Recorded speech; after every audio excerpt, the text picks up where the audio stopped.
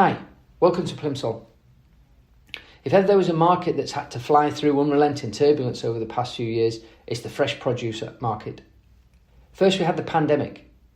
The shutting off of the hospitality trade saw demand for fresh produce completely cut off. Granted, consumer demand may have replaced some of that lost restaurant and hotel trade as we all tried to get healthy and live like Joe Wicks, but the loss of demand really hurt. Then we moved out of the pandemic, directly into Brexit chaos.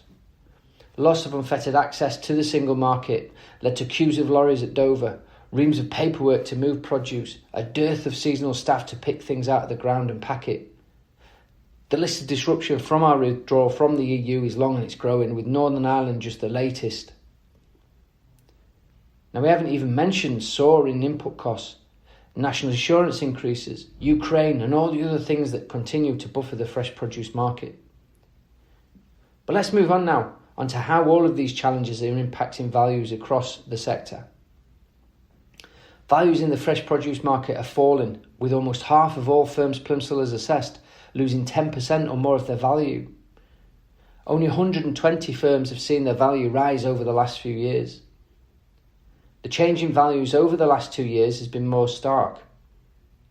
While the rest of the food sector has seen a fairly steady 2 to 3% increase over the last few years, with a slight uptick in the latest year, fresh produce has seen major pressure on business values, and they're down 4.5% in the latest year. That follows a 1% fall in the preceding year. For context, in 2018, fresh produce had one of the highest value growth numbers across the food sector. Within fresh produce, there's a growing divide in valuation performance based on size. The 10 largest companies within the market have lost around 2% of their value.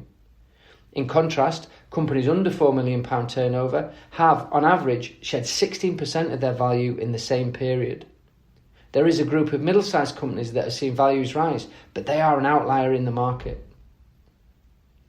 The final area worth mentioning are the niches within the wider produce sector. It was interesting to see the most impacted part of the produce sector has been importers. Clearly, Brexit and soaring costs of shipping and bringing product into the country have decimated that part of the market, having knocked 6% off average values. Prepared and frozen vegetables have also seen marked declines in average values. Of course, it's not all doom and gloom. Purveyors of organic produce have seen enormous growth in average values, up 18%.